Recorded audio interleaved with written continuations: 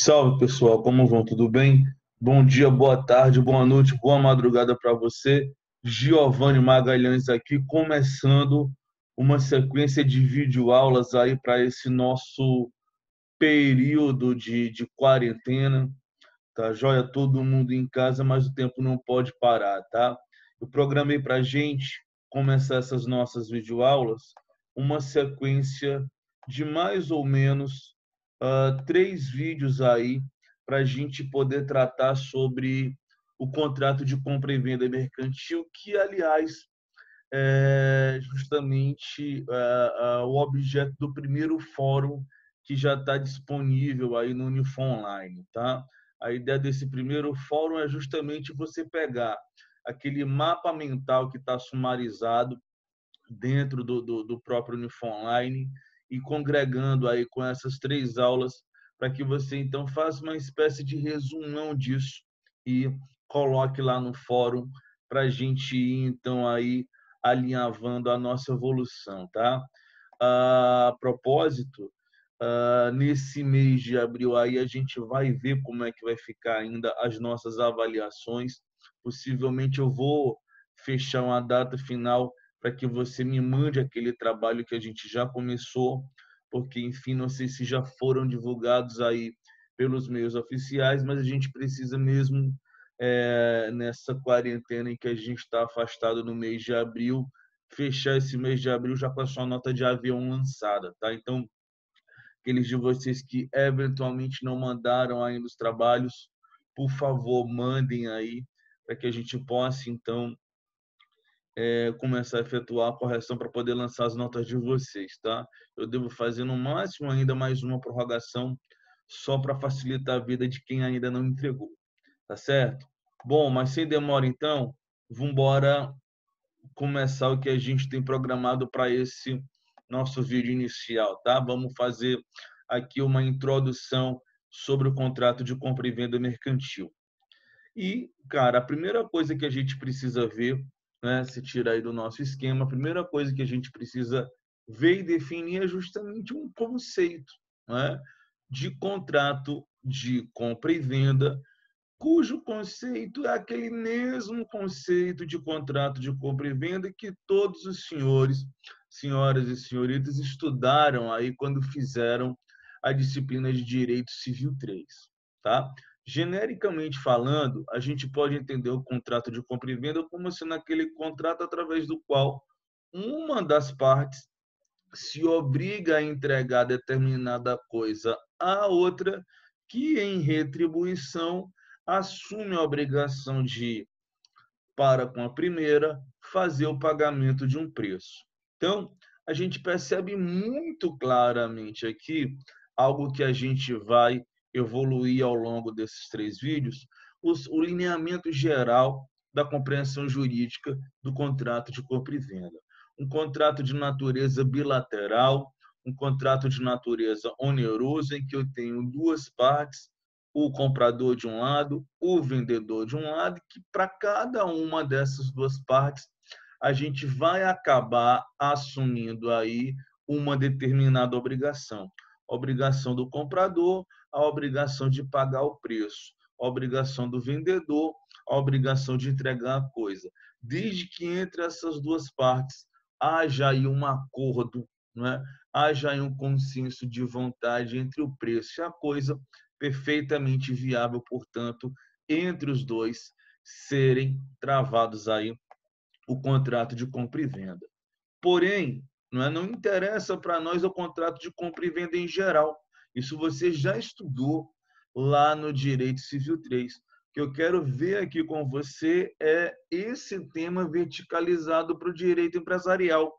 Daí a gente precisar fazer uma certa discussão aqui sobre a noção de mercantilidade ou a noção de empresarialidade do contrato de compra e venda. Veja aí no nosso esquema que essa noção ela oscila ao longo do tempo. Quando a gente estava nos auspícios aí do Código Comercial de 1850, essa mercantilidade ela decorria de basicamente três grandes elementos que a gente precisava ter no contrato de compra e venda. Vale dizer, nós tínhamos o chamado elemento subjetivo, nós tínhamos o chamado elemento objetivo e nós tínhamos o chamado elemento finalístico. Subjetivo vem de sujeito, e aí a ideia aqui é justamente o quê? Para que eu pensasse ou para que eu tivesse diante de um contrato de compra e venda mercantil hoje empresarial, eu precisava, como você percebe aí, que ou o vendedor ou o comprador se enquadrasse como comerciante à luz aí do Código Comercial de 1850, para que a partir disso, não é, a gente pudesse pensar no contrato de compra e venda mercantil, isso no que tange o elemento finalístico, tá? Ou seja, essa era a diferença que a gente tinha. Se eu estava diante de um contrato de compra e venda em que nem vendedor e nem comprador estariam atuando enquanto comerciantes, não eram comerciantes, então aquela compra e venda era meramente civil. Mas bastava que um deles viesse a ser considerado comerciante, que a gente tinha um elemento subjetivo atendido. Não é só isso. Tem ainda o elemento objetivo, vem de objetos, significam bens. Ou seja, eu precisava estar diante de uma compra e venda que tinha por objeto bens móveis ou semoventes, né? Já colocando de lado aí os imóveis, né? Vale dizer, a compra e venda de imóvel não interessa, pelo menos não diretamente ao direito empresarial, já que o imóvel não faz parte do chamado elemento objetivo da mercantilidade para o Código Comercial de 1850. Já o elemento finalístico vem de finalidade, ou seja, para que está acontecendo, para que se firma, para que se constitui um contrato de compra e venda. E, no caso da compra e venda mercantil, era necessário o quê? Que o bem que viesse a ser adquirido, ele venha a ser inserido na cadeia de escoamento de mercadoria, na cadeia de escoamento de bens. Ou seja, a ideia do Código Comercial era das duas uma, não é? Ou você comprava para revender, ou você comprava para alugar. Aliás, a gente aprofunda isso um pouco mais à frente também. Porém, como todos os senhores, senhoras e senhoritas sabem, o Código Civil, o Código Civil de 2002, revoga o Código Comercial brasileiro no que tange às obrigações, aos contratos, de modo que hoje a definição de mercantilidade é outra. Hoje, repara aí no nosso esquema, eu não preciso mais me preocupar com o elemento objetivo, a necessidade de ser mercadoria, com o elemento finalístico, a necessidade de ser um bem posto em circulação no mercado. Hoje, o que interessa, pelo menos do ponto de vista do Código Civil atual, nossa regra geral, é o elemento subjetivo, que foi alterado. Lembre, está aí no nosso slide, que para o Código Comercial bastava que ou o vendedor ou o comprador estivesse enquadrado como comerciante. Agora, com o Código Civil, não. No nosso elemento subjetivo, precisa que tanto o vendedor quanto o comprador se enquadre como empresário. Preciso que os dois estejam aí juridicamente enquadrados como empresários para que nós estejamos diante da chamada compra e venda mercantil, da chamada compra e venda empresarial. Isso para a gente distinguir, de um lado, a mera compra e venda civil e para distinguir do outro a compra e venda consumerista, a compra e venda que vai interessar para o direito do consumidor. Beleza? Dito isso, importante a gente compreender, ainda nessa aula introdutória, o regime jurídico, digamos assim, do contrato de compra e venda. Tá? Basicamente, seja para compra e venda civil, seja para compra e venda empresarial, não há grande diferença aqui. O regramento jurídico é o regramento de contrato de compra e venda estabelecido no Código Civil de 2002, ponto.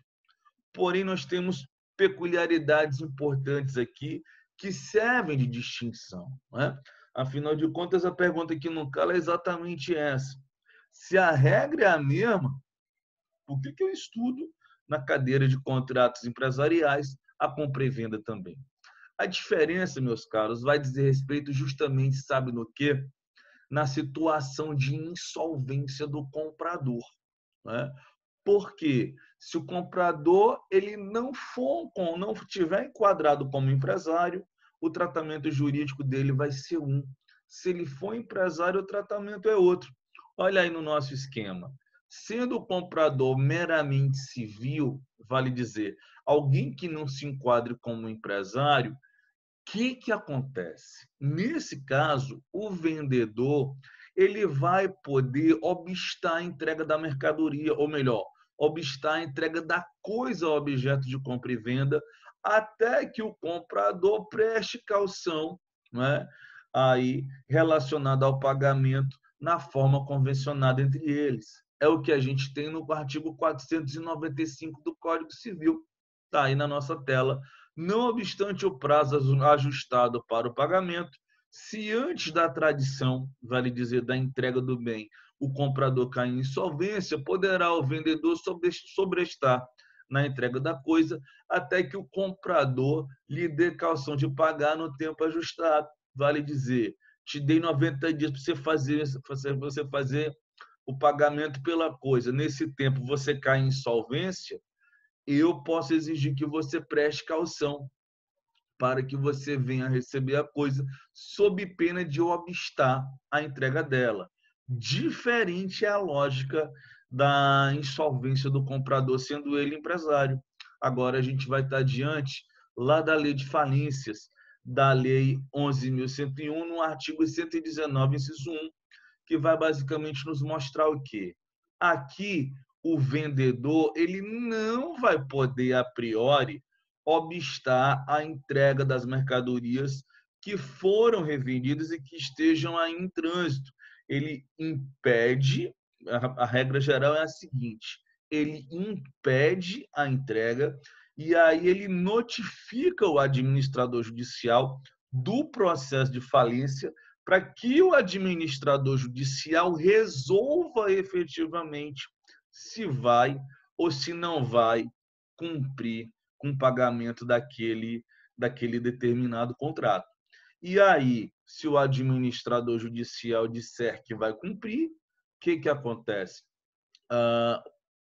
É a favor do vendedor a chamada exceção do contrato não cumprido. Ele pode, a partir da manifestação do administrador judicial, exigir aí essa caução, coisa que não precisa acontecer, como a gente viu, a gente volta já, lá no contrato de compra e venda civil. Aqui eu notifico o administrador judicial para que ele se manifeste e na manifestação dele é que eu vou ter ou não o direito da exceção do contrato não cumprido. Se ele disser que não vai cumprir, aí o contrato vai ser dado por cancelado e, evidentemente, se eu tiver algum crédito pendente, eu vou cobrar isso dentro do processo de falência.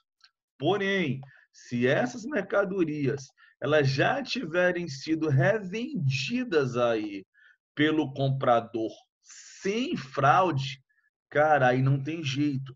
O vendedor ele é obrigado a fazer a entrega. Olha o 119, inciso 1.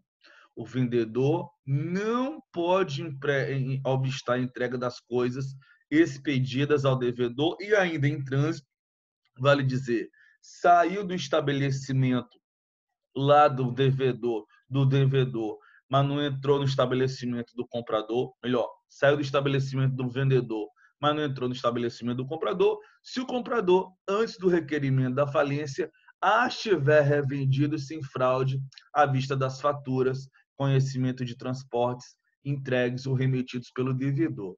Então, repara, enquanto eu, na condição de civil, posso obstar a entrega e exigir essa caução, aqui no plano empresarial nem sempre. Se o comprador já tiver revendido esses bens, né, naquela chamada compra e venda simbólica, a partir desses títulos representativos das mercadorias, faturas e conhecimentos de transporte, não tem mais como obstar a entrega.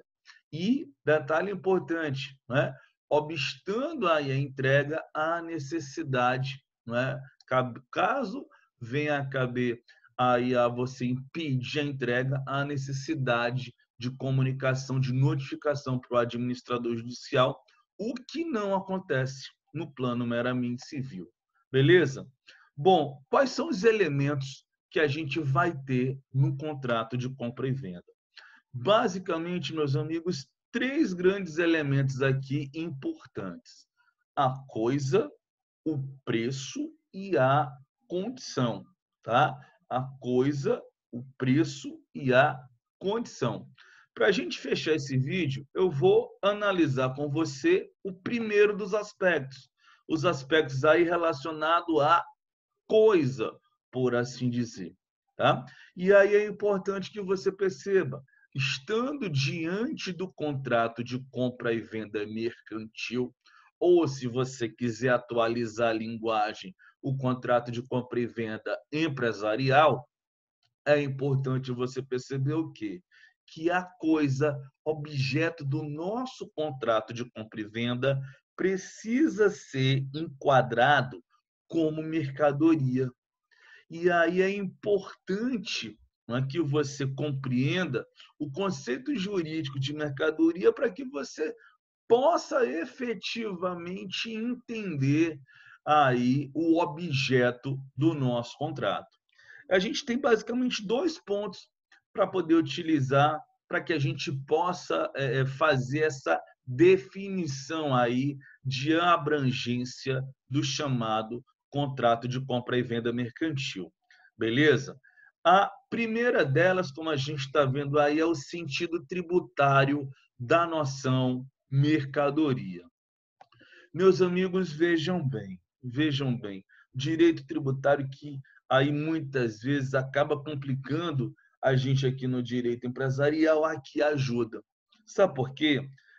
A gente tem dois grandes impostos aí que vão relacionar a transmissão onerosa de bens, não é? A depender do tipo do bem, o imposto de transmissão acaba mudando. Se eu estou diante aí, por exemplo, de um bem imóvel, para que eu venha a transferir bens imóveis, eu vou incidir na tributação do ITBI. Já mercadorias, eu vou incidir na tributação do chamado ICMS. Ou seja, já estou aqui dizendo para você o quê? Que por mais que imóveis tenham um inegável valor econômico, eles estão fora, vamos dizer assim, da hipótese de incidência do chamado contrato de compra e venda mercantil. Contrato de compra e venda mercantil, quando ele sofre incidência tributária, ele vai sofrer incidência tributária a partir do chamado ICMS, tá? Mas não é só isso. Veja, o Código Comercial que foi revogado, ele tem hoje uma noção que acaba servindo de noção doutrinária para nós, né? O artigo 191 do Código vai nos dizer, olha só, que é unicamente considerada mercantil ou empresarial a compra e venda de efeitos móveis ou semoventes, não animais, né? Móveis ou semoventes, para os vender por grosso ou a retalho, né? No varejo ou no atacado, na mesma espécie ou manufaturado para alugar o seu uso, compreendendo-se na classe dos primeiros bens móveis aí o que? A moeda, o papel moeda, títulos e de fundos públicos, ações de companhia e papéis de créditos comerciais, contanto que nas referidas transações o comprador ou o vendedor sejam comerciantes. Então, repare que a compra e venda de ações em sociedades anônimas, a cessão de cotas em sociedades limitadas, a compra e venda de títulos empresariais, tudo isso vai estar abarcado aí na noção de mercadoria, dando a imagem ao que vai servir de objeto para nós, tá? Para a gente então fechando o nosso papo, é importante que você perceba só o seguinte: a coisa, A mercadoria, objeto do contrato de compra e venda, ela pode ser presente ou futura, tá? O que é isso, compra e venda mercante, compra e venda presente, compra e venda futura? Bom, em linguagem de direito empresarial, compra e venda presente é aquela compra e venda em que eu tenho a chamada mercadoria em prateleira. Vale dizer, toda vez que você vai, por exemplo, a uma determinada loja, a um determinado estabelecimento empresarial, em que você adquire um objeto lá para que você venha utilizar no seu negócio, etc., ali você está diante da chamada compra e venda presente. O bem, o objeto da mercadoria existe no exato instante que o contrato está ali sendo firmado e formado entre as partes. Mas isso não é necessário. Eu posso ter o contrato de compra e venda de futuro, contrato de compra e venda de coisa futura, de mercadoria futura. Isso porque isso porque muitas vezes eu venho a adquirir essa mercadoria em um momento oportuno, em um momento futuro, sem nenhum problema quanto a isso. Não existe, inclusive, uma bolsa de valores, uma bolsa de mercadorias para trabalhar nessa linha. Tá? Não é problema, portanto, eu vir a adquirir de alguém uma mercadoria cujo vendedor ainda não tem ela disponível. Entretanto, olha bem o que a gente tem no 483.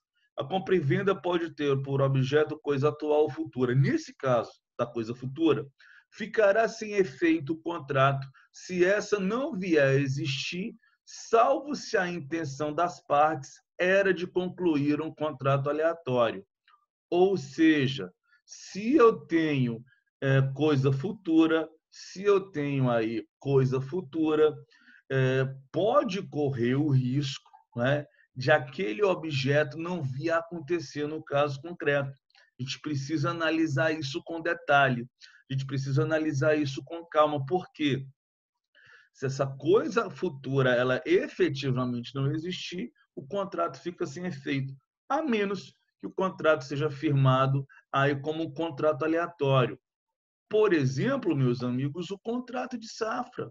Muitas vezes, indústrias aí do setor, indústrias aí do setor de consumo, do setor alimentício, compram safras e safras aí de frutas, de hortifrutis, etc., para que elas possam produzir aí o seu material, enfim, disponibilizar nos mercados em geral. Então, muitas vezes você contrata aquela safra sem saber efetivamente quantos quilos daquela mercadoria você vai receber. Isso é o chamado contrato aleatório. Uma das partes ela acaba assumindo um risco em que ela não tem como efetivamente visualizar o que ela vai receber lá ao final. Detalhe importante, tá? Tirando os aleatórios, o contrato de coisa futura fica sem efeito se a coisa futura não vier a existir. Agora, detalhe, hein? Não dá para confundir compra e venda futura com estelionato. Na compra e venda futura existe a possibilidade de aquisição dessa coisa por parte do vendedor para que aí ele venha efetivamente fazer a entrega para o comprador. Estelionato, nós está falando aí de um ardil, de um crime contra o patrimônio, beleza? Bom, então a gente vai fechando aí essa nossa primeira videoaula, primeiro tempo aí da nossa aula. Como eu falei para vocês, vão ser 3 vídeos, tá? Só o tempo aí de você tomar aquele café, dar aquela levantada. E aí a gente volta no vídeo aula aí de número 2 sobre contratos de compra e venda mercantil para dar sequência aí ao exame dos outros elementos. Valeu, até já já.